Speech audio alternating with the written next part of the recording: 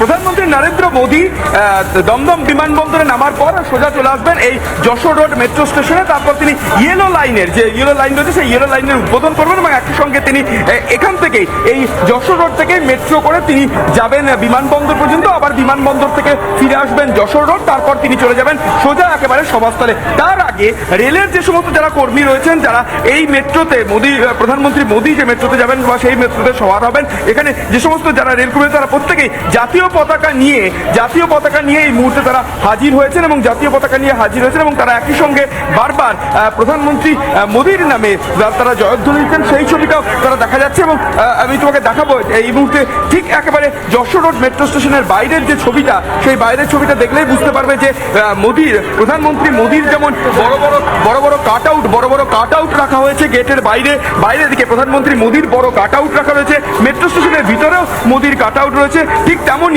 তেমন ভাবে এখানে যে সমস্ত মানুষ যারা রয়েছেন তারা প্রত্যেকেই একেবারে জাতীয় পতাকা নিয়ে বারবার মোদী স্লোগান বারবার তারা তুলছেন।